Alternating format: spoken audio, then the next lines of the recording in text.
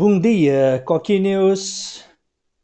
Tá tudo certo por aí? Altas quarentena, se divertindo em casa, estudando, vamos que vamos, né? Independência da América Espanhola. Localizou no seu cérebro o que a gente vai discutir hoje? A independência da América Espanhola. São os nossos vizinhos aqui, tá? Os nossos países de língua espanhola que se tornarão independentes agora. Nós estamos no início do século XIX. Muito bem, para nós entendermos a independência da América Espanhola, primeiro uma rápida olhadinha nisso aqui, que você já sabe o que é. Como é que funcionava a administração colonial espanhola, né? A gente sabe que a nossa América Espanhola ela costumava ser dividida em vice-reinos e capitanias. Os vice-reinados, o próprio termo já diz, o vice-reinado é uma coisa grande, o vice-rei, que é o cara que administra, aqui tem um vice-rei, aqui tem outro vice-rei, aqui tem um vice-rei. Esses caras é o vice-rei, é o cara que vem logo abaixo do rei. Tá? Então foram pessoas, obviamente, nobres de altíssima estirpe, que foram nomeados diretamente pelo rei absolutista, que vieram para cá governar essa região. Então vice-reis foram colocados nas regiões mais importantes, porque eram as regiões que lidavam com a extração de prata, principalmente, tá? Ouro também, mas principalmente prata. Já as capitanias foram colocadas em regiões mais estrategicamente para a defesa de fronteiras, né? Defesa de territórios marítimos e assim vai, tá? Então, as capitanias eram mais de defesa, só que, obviamente, em algumas capitanias nós teremos também uma boa região para a produção de alguns produtos tropicais com um valor de mercado, né? No caso, o açúcar, o tabaco, posteriormente o café, tá? Ok? Então, essas regiões aqui, tá? Que são as capitanias, que elas mexem com defesa, então já imagino fortalezas e, enfim, né? Militares e tal. Relembrando como era organizada a sociedade colonial espanhola. A sociedade colonial espanhola é dividida na classe nobre chamada de chapetones. São aqueles nobres que vieram da Espanha para cá para resolverem coisas sérias. Eram os nobres que exerciam cargos administrativos aqui. Esses são chapetones, são nobres espanhóis. E daí que acontece? Nós temos uma linhagem de aristocratas que nasceu na América, nasceu aqui. Essa linhagem de aristocrata que nasceu na América é a nobreza local. Esses caras aqui, só relembrando, muita gente classifica como filhos de chapetones. Não necessariamente, tá? A gente tem que pensar que originalmente, óbvio, lá atrás, o primeiro deles era filho de um chapetone, obviamente. Mas depois, né, várias gerações depois, eles são filhos de crioulos também. Foram apelidados de crioulos, são quem? A nobreza local, a elite colonial branca, são proprietários de terras, são eles que controlam a mão de obra escrava, tá? E esses caras aqui são justamente uma elite local de senhores de terras que estão se incomodando agora no século XIX com o domínio dos chapetones e a cobrança de impostos e as imposições coloniais sobre o pacto colonial. Esses crioulos aqui estão se irritando com isso aqui. E mais do que tudo, muitos desses crioulos aqui, como por exemplo os que a gente vai estudar daqui a pouquinho, foram estudar na Europa e já no século XIX, isso aqui já deu bastante tempo para que eles pudessem absorver o ideário iluminista. Então esses caras já estão começando a falar de liberdade de comércio, liberdade de expressão, tá bom? Nós vimos o reflexo disso aqui no Brasil também, a Inconfidência Mineira, a Conjuração Baiana, tá? Onde nós tivemos também membros das elites locais aqui, na Inconfidência Mineira principalmente, membros da elite mineira que começa a se voltar contra a metrópole usando um discurso iluminista, usando ideias iluministas. E daqui a base da população da nossa América Espanhola, os índios, negros e mestiços são aqueles submetidos à mita e à encomenda, que são as formas de trabalho compulsório na nossa América Espanhola. Coisa que nós já estudamos no passado, né? A mita e a encomenda. Você lembra que é a mita e a encomenda, né? Independência da América Espanhola. Quando tudo isso aconteceu? Isso aqui surge a partir do quê? Não, nós temos aqui o mesmo motivo que desencadeou o processo de independência da América Portuguesa. Nós, os americanos que falam português, nós. Qual foi o grande estopim? O grande estopim? Esse cara aqui. A Revolução Francesa, que se estendeu para as outras regiões da Europa. Napoleão Bonaparte, por isso que esse cara ele é tão importante. E por isso que a Revolução Francesa ela foi tão impactante, porque a Revolução Francesa foi um movimento que deu na raiz das metrópoles europeias. Isso vai ter um reflexo gigantesco aqui nas colônias, tá? Então Napoleão Bonaparte, como vocês se lembram, havia criado uma política em 1806 chamada de bloqueio continental. A intenção do cara era o quê? Era derrotar os ingleses. Lembra de tudo isso? Só que aconteceu o quê? Deu errado essa estratégia, porque Portugal furou o bloqueio continental e comprou tecidos e, enfim, tá? Fez economia com a Inglaterra, e daí a França, para invadir Portugal, resolve assinar o Tratado de Fontainebleau, tá? Fontainebleau, não sei se tinha um i aqui, né? Fontainebleau, em 1807. E esse tratado aqui ia fazer o quê? Era um tratado secreto assinado entre o governo da Espanha e o governo da França, onde eles dividiriam o território português em dois, metade para cada um, mas isso tudo você já sabe. Só que daí que aconteceu que Napoleão resolveu trair o rei da Espanha, e as tropas napoleônicas, quando estavam sob a Espanha, começaram a fuzilar todo mundo e capturar o rei e jogar o cara num calabouço e o cara morreu. E daí a Espanha passou a ser governada pelo irmão de Napoleão Bonaparte. A Espanha passou a ser chefiada por José Bonaparte. E Napoleão agora está criando uma nova dinastia, né? Certo? Ele quer agora ter uma linhagem de reis na Europa. Com a deposição do rei da Espanha, com o enfraquecimento da metrópole, nós temos a coisa explodindo aqui. Nós temos o nosso processo de independência que vai estourar aqui, com a Espanha sendo governada por José Bonaparte, e a falta de controle desse novo governo sobre as colônias. Na América nós temos esse conflito de interesses de crioulos, que não estão se dando com chapetones, porque eles odeiam a cobrança de impostos, e agora eles vão aproveitar esses crioulos para fazerem a guerra contra os chapetones. A maioria desses proprietários de terras não tem força suficiente ainda para enfrentar as tropas espanholas, as tropas reais que estão sediadas aqui, mas elas receberão uma ajuda, tá? Esses crioulos, quando desafiaram os chapetones, eles receberão primeiro um apoio financeiro e espiritual dos norte-americanos, que vão defender, baseado em valores iluministas, a doutrina Monroe. Quem é Monroe? Marilyn Monroe? Não, esse é o James Monroe. O presidente James Monroe foi o cara que soltou a frase: América para os americanos. A América não é dos europeus. A América é dos americanos. Podemos entender isso então como uma espécie de grande manifesto iluminista em prol da soberania e da independência dos povos, da autodeterminação dos povos. Fofo. Mas na prática a doutrina Monroe tem a ver com o quê? Tem a ver com a América para os norte-americanos. Os Estados Unidos estão sabotando o poder europeu aqui na América, porque justamente assim que os europeus saem daqui, eles já entram com uma política impositiva, tá? Essa doutrina Monroe, uma política impositiva sobre os países aqui, e esse domínio, obviamente, ele vai descendo de cima para baixo, né?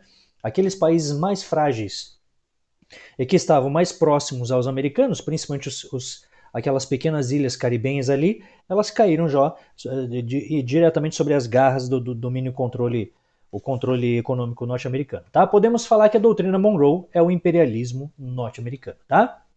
Mas em se tratando de América do Sul, vamos olhar aqui para baixo. Os nossos libertadores de la América. O maior de todos se chama Simón Bolívar. Antes, um parênteses, uma nota de esclarecimento. Simón Bolívar é o grande herói da Venezuela e a imagem dele, o símbolo dele foi muito utilizado pelo governo chavista. O governo de Hugo Chávez, que é assumidamente de esquerda e que agora tem a sua continuidade no governo de Nicolás Maduro, tá? E agora o Simón Bolívar, assim como Nicolás Maduro e toda essa onda de extremo direitismo que nós estamos dentro do Brasil, agora o Simón Bolívar ele também entrou no alvo, né? E as pessoas estão falando, né, que volta para Venezuela, vagabundo, nossa bandeira nunca será vermelha, né, kit gay, etc. Tá? Mas o que nós só temos que cuidar o seguinte, tá? Simón Bolívar é anterior a Karl Marx, tá certo? O Simón Bolívar faz a independência da América numa época que Karl Marx ainda não tinha nascido, certo? E ele não pode ter conversado com Deus, né, nem trocado uma ideia com a cegonha para poder ser comunista, entendeu? Certo? Tá? Mas enfim, então a gente não pode entrar nessas propagandas eleitoreiras difundidas por blogueirinhos metidos especialistas em ciências políticas que ficam cometendo essas aberrações imbecis, dessas trocas de datas e essas misturas de personagens para ficar legitimando interesses eleitoreiros, porque cada um tem seu candidato pet de estimação, entendeu? Esqueça disso totalmente, a ciência histórica não tem nada a ver com seus gostos eleitorais ou etc, etc. Tá? Jogue seu blogueiro no lixo, tá? O que nós temos que fazer? Nós temos que ler livros de histórias escritos por cientistas que tiveram contato com as fontes, tá? E aqui fica até simples, tá? Simão Bolívar não era comunista, pelo amor de Deus, Tá? Isso era propaganda de Hugo Chávez, e quem comprou é porque acreditou na propaganda de Hugo Chávez. Tá? Então tá, Simão Bolívar, o nosso libertador da América, pronto, passou o surto, podemos voltar ao normal agora. Esse cara aqui é um crioulo, a roupa dele já dá para pegar. Crioulo significa o quê? Esse cara é de origem nobre, tem sangue espanhol, é um aristocrata, é um proprietário de terras, tá certo? Só que com a diferença que o quê? Esse cara estudou na Europa, voltou com ideais iluministas, certo? E agora ele vai aproveitar esse momento de enfraquecimento dos chapetones e vai agora combater esses chapetones, tá? Monta um exército, certo? Então ele vai montar um exército, vai montar tropas, basicamente de indígenas que vão lutar em nome dele, né? Certo? E vai aproveitar a expansão napoleônica e atacar o domínio espanhol na América. Ele ataca os chapetones. E ele começa então libertando a Venezuela, a Colômbia, depois ele sobe para a Jamaica, tá? Pede ajuda para os norte-americanos, desce de novo. E à medida que ele vai descendo, ele vai derrotando os chapetones e vai libertando a América. E dessa forma, então, ele se torna o grande herói, tá, dos sul-americanos aqui. Lá para cima ele é venerado absurdamente, tá? Certo? Ele vai ser nome de dinheiro, vai ser nome de país. Olha, Bolívia, né? De onde vem o termo Bolívia. Certo? Então ele é o grande libertador, o grande criolão. Daí o que aconteceu? Quando ele estava lá na Jamaica, tá? Simão Bolívar ele vai convocar um congresso, né? E ele vai escrever essa carta, onde ele vai expressar a sua vontade, né? Que ele pensava que todas as nações hispano-americanas tinham grandes semelhanças, todas elas eram católicas, todas elas tiveram passado indígena, e por isso não haveria motivo delas viverem separadas, todas deveriam se unir, seguindo o exemplo norte-americano, ou seja, a base de Simão Bolívar era o modelo federativo norte-americano, tá? E ele vai usar a Constituição norte-americana de referência, e agora a ideia era montar um big paizão de língua espanhola, onde todo mundo se juntasse numa imensa nação latino-americana, certo? Para ser uma potência mundial, tá? Devido às semelhanças, etc. Tal. É isso que ele expressou na sua carta da Jamaica, a sua intenção, certo? E ele não atuou sozinho porque ele teve uma outra pessoa lá no sul chamado José San Martín. Esse cara aqui é o herói da Argentina, é o libertador da América da Argentina. Lá para cima, no norte da América do Sul, eles gostam do Simão Bolívar, ele é o grande salvador da pátria lá. Aqui para baixo, quem é venerado é José San Martín. Esse cara fez um processo muito parecido, tá? Também de origem aristocrática, foi ex-oficial do exército espanhol, mas sensibilizou-se pela população aqui, por isso ele virou a casaca, e daí começou a combater os chapetones para libertar o sul do domínio estrangeiro. Então ele aderiu aos ideais de libertação e apoiou Simão Bolívar contra os chapetones e começou a subir. Foi subindo, subindo, subindo, e a ideia era chegar no Peru. Por quê?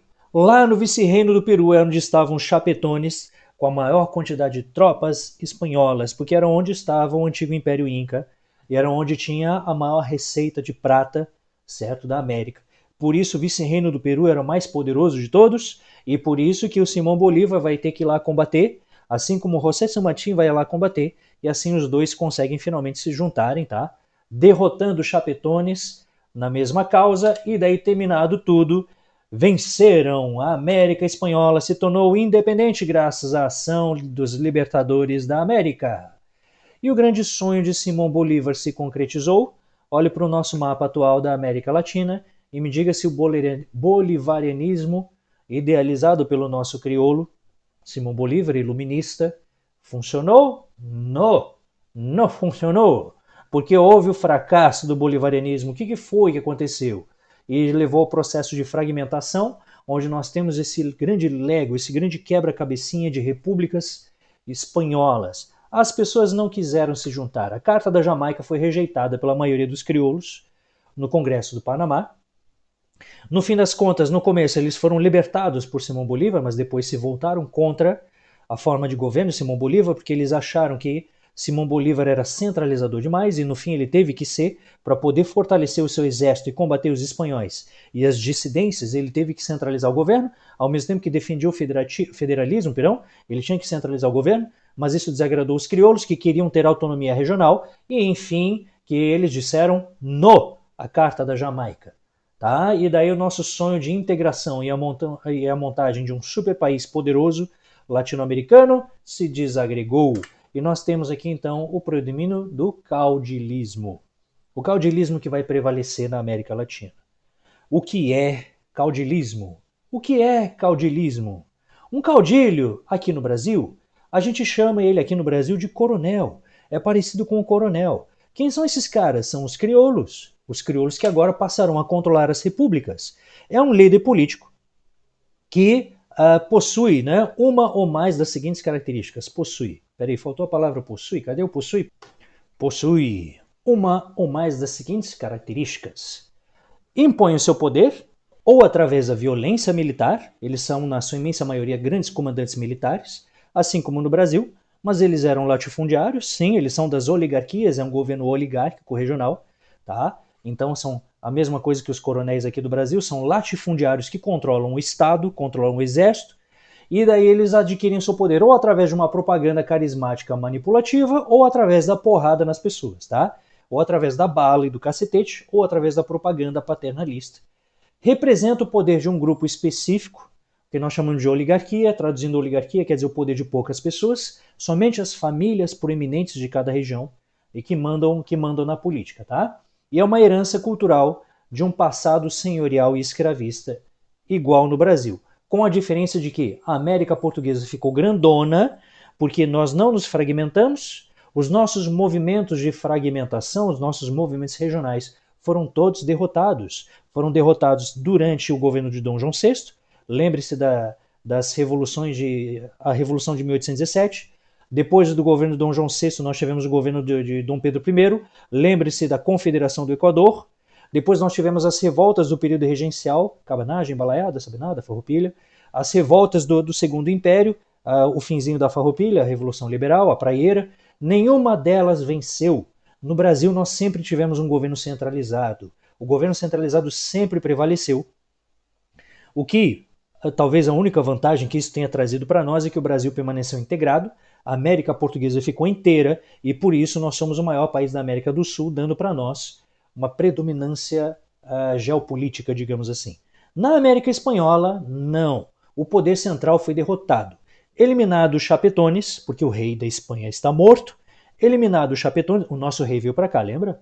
Lá o rei da Espanha morreu. Eliminado os chapetones, veio Simão Bolívar, ninguém deu trela para o Simão Bolívar, e daí o que aconteceu? Que cada senhor local quis ter autonomia de política sobre a sua região, sobre os seus próprios servos, eles não querem controle de fora. E daí eles começaram a lutar entre si. Então esse grande fenômeno caudilista, que favorece muito a fragmentação da América do Sul, é isso. Todas essas regiões são controladas por latifundiários, que são políticos e militares. São pequenas repúblicas onde esses caras eles dão um jeito de vencer as eleições. Aqui no Brasil eles usam o voto do cabresto, lá não é diferente. Tá? Quem vota na oposição morre, eles matam. E daí assim esses caras começam a guerrear entre si, caudilho versus caudilho, para ver quem que consegue unificar a maior quantidade de território, quem que consegue mandar nessas regiões. E por isso, durante um bom tempo, durante todo o século XIX e boa parte do século XX, nós teremos a América do Sul mergulhada em guerras civis, principalmente por causa dessas disputas territoriais aqui. Tá? Como, por exemplo, esses caras que você já ouviu falar, o caudilho Juan Manuel Rosas, o Manuel Uribe, Solano Lopes. Esses caras são quem? São os caudilhos do século XIX que se debateram com o Brasil nas guerras platinas, né? E é isso basicamente o caudilismo. São militares políticos tentando unificar um território, né? E guerreando entre si. E esse caudilismo permanece hoje? Meu Deus, se permanece hoje. A mesma coisa que eu falar assim, temos permanência do coronelismo no Brasil? Existe alguma permanência da monocultura? Alguma permanência de pessoas que tentam fraudar as eleições? Existe alguma permanência do agronegócio controlando a política? O que tu acha? Do latifúndio? Os latifundiários têm poder no Brasil? Pensa aí, tá? Depois tu me fala. Líderes populistas na política, tá? Olha aqui o caudilismo aqui, ó. O cara agindo como antigamente o senhor de terras, aquele antigo senhor de engenho, ele agia. O grande patriarca, né? Que decide quem come, quem não come, tá? Eu cuido de você. Quando ele tá açoitando um escravo, ó, estou educando você a ser obediente porque eu sou um grande pai. Esse é o patriarcalismo que se desenvolveu aqui na colônia, né? Nas colônias de exploração.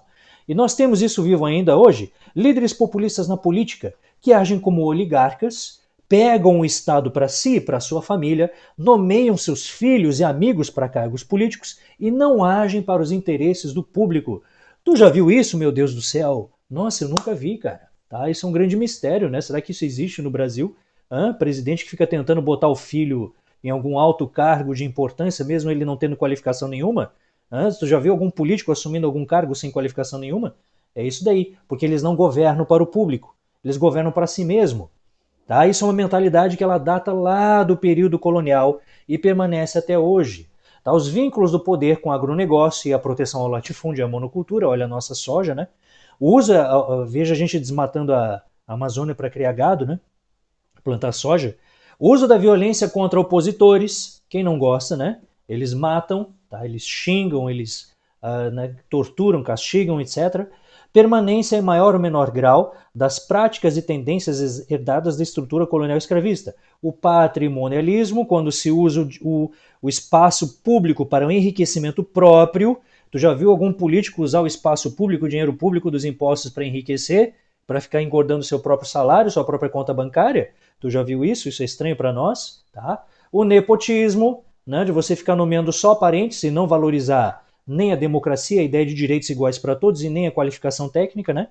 O autoritarismo, tu já viu algum político que aceitou bem as críticas ou não aceitou bem as críticas porque é autoritário, manda as pessoas calarem a boca, né? Enfim, racismo, tá? Corrupção, isso tudo é familiar demais para nós, né, cara? Que coisa horrorosa isso. Atraso econômico, social, educacional, científico, tá? Todo caudilho odeia ciências, tá?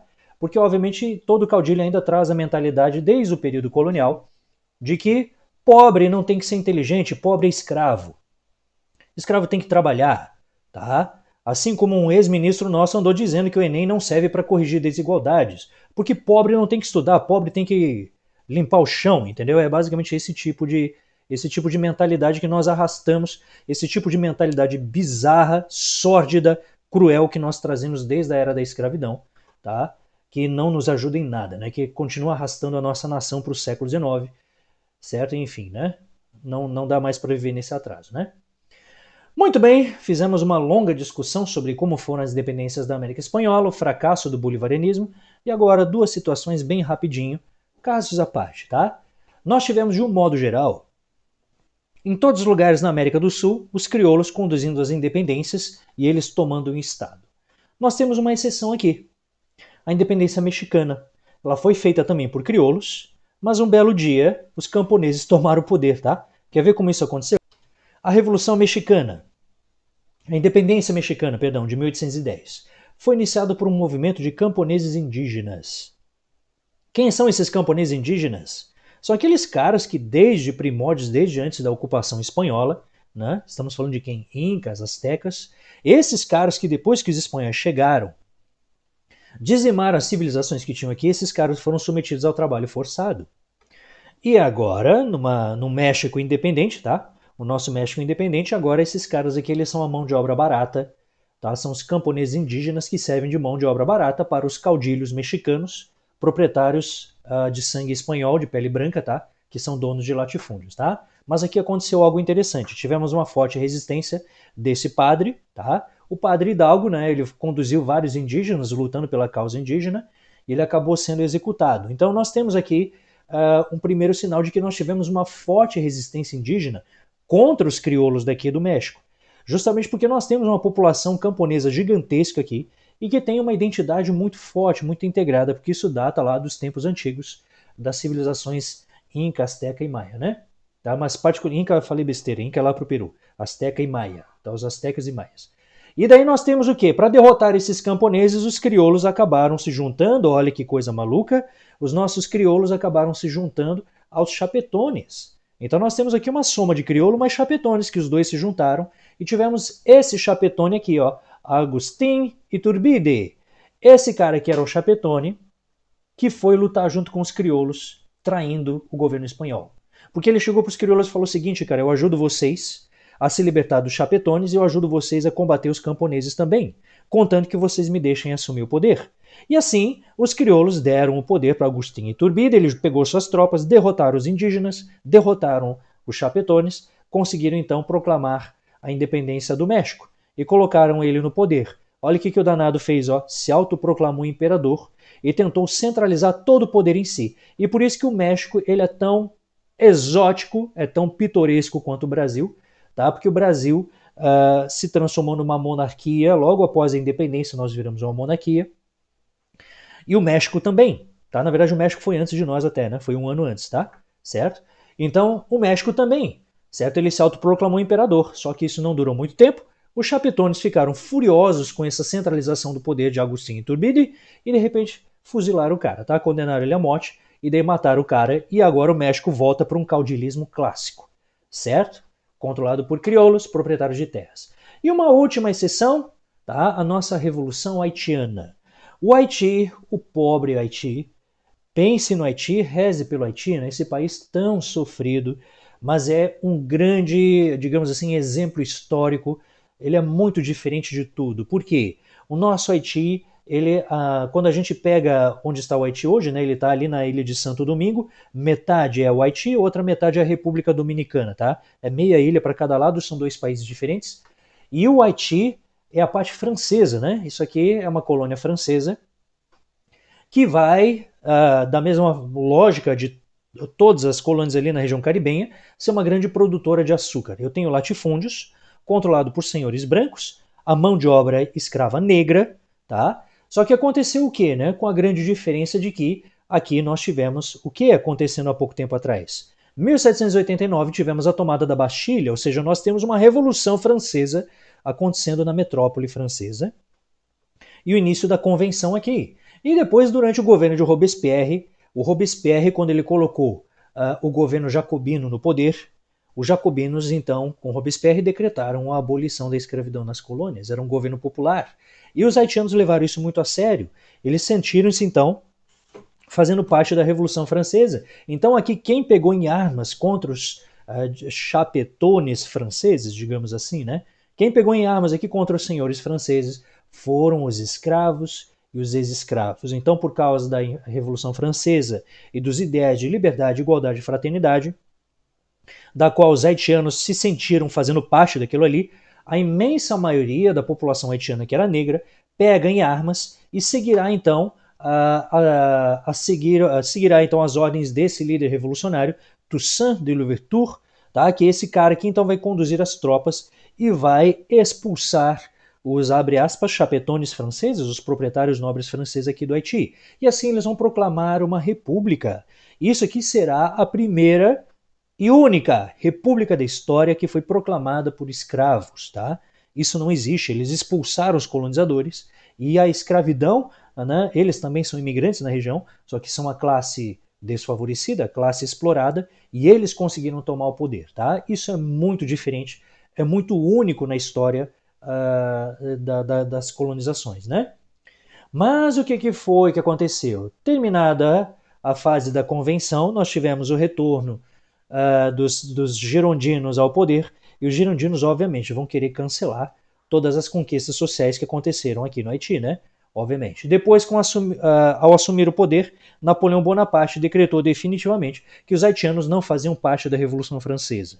A Declaração Universal, não tira a palavra universal, a Declaração dos Direitos do Homem e do Cidadão não valia para escravos, e Napoleão Bonaparte vai trazer tropas para cá para obrigar os nossos haitianos a retornarem ao cativeiro e a restabelecer a colonização de exploração. Por isso tivemos um segundo líder revolucionário chamado Jacques Dessalines, que agora ele vai lutar contra os próprios franceses revolucionários, agora os franceses napoleônicos, tá? Ou seja, os haitianos lutaram, e eles venceram. Napoleão Bonaparte deixa o Haiti em paz, porque ele estava mais preocupado com as guerras na Europa do que aqui. Tá? Isso aqui, essa pequena colônia de açúcar, não era interessante o suficiente para que Napoleão quisesse manter um domínio tão distante da França, e assim os haitianos então puderam ser livres. O Haiti se tornou a primeira e única república proclamada por escravos e ex-escravos.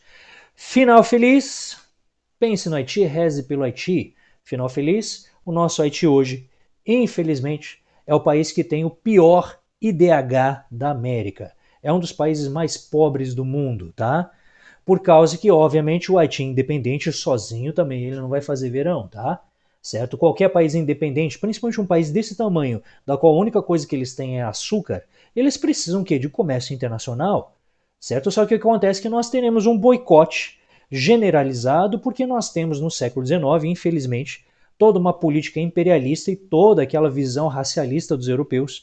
Nós teremos aqui embargo econômico constante, tá? Nós teremos tentativas de invasão, enfim, que o Haiti, infelizmente, foi se acabando por causa do empobrecimento e por causa dos conflitos internos. E, infelizmente, hoje é um país muito